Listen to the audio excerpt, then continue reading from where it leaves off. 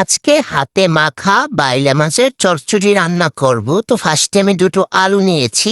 আলু দুটো এত জাউরা পড়ে গেল।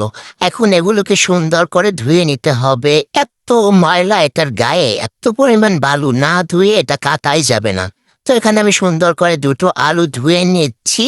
এখন আলুগুলোকে আমি কেটে কুচি কুচি করে নিব। এরপরে আমি এই যে বাইলা মাছ ফ্রিজ থেকে নামিয়ে ভিজিয়ে রাখলাম। আর এইদিকে বাইলা মাছটা আমি ধুয়ে নিয়ে আসছি। এখন এই কড়াইটায় সবগুলো মাছ দিয়ে দিলাম। এখন একে একে সবগুলো উপকরণ দিয়ে দিব। একদিকে আমি এই যে আলু আর টমেটো কেটে রেখে দিয়েছি, এখন এগুলো এর ভিতরে দিয়ে দিব।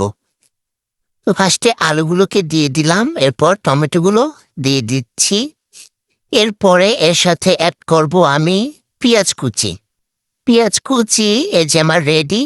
এখন এগুলো এর ভিতরে দিয়ে দেবো। তো হাত দিয়ে ভালো করে কচলিয়ে কচলিয়ে দিচ্ছি, হ্যাঁ, যাতে একদম মিহি হয়ে যায়। এই যে বেশি করে পেঁয়াজ কুচি দিয়ে দিলাম। এখন দিচ্ছি বাটা মশলা। তো ফার্স্টে এইটুকুনি দিলাম, তারপর মনে হলো আরেকটু দেই, যেহেতু মাছ, আলু, টমেটো আমার অনেকখানি তরকারি হবে আজকে, 2 দিন বসে বসে খাওয়া যাবে।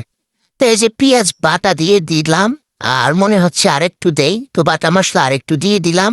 এরপরে কয়েকটা কাঁচামরিচ দিলাম। তারপর মনে হলো এ কয়টায় তো কিছুই হবে না, তারপরে আবার আমি কেটে নিয়ে আসছি অনেকগুলো।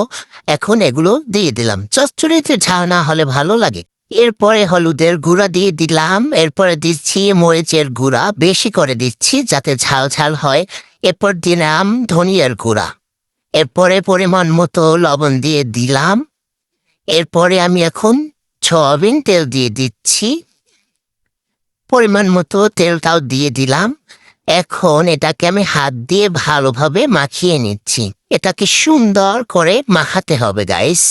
অল্প কাছে ডাকছি আর আগলে আগলে রাখছি, তবু অল্পে হারাচ্ছি আবার। তাকে ছোবো ছোবো ভাবছি আর ছুঁয়ে পালাচ্ছি।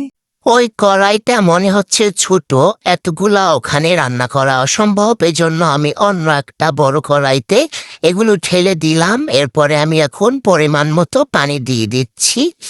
সেদ্ধ হতে যতটুকু লাগে ততটুকু দিয়ে দিলাম গাইস। এখন রান্না করার পালা। আলতা সিন্দুরে রাঙা বিহাসারে করবো সাঙ্গা, আলতা সিন্দুরে রাঙা বিহাসারে করবো সাগা। দেখি বউটা খাটে কিনা খাটে, দেখি বউটা খাটে কিনা খাটে, হে খাটে রে বতারে পিরিতির ফুল ফুটে।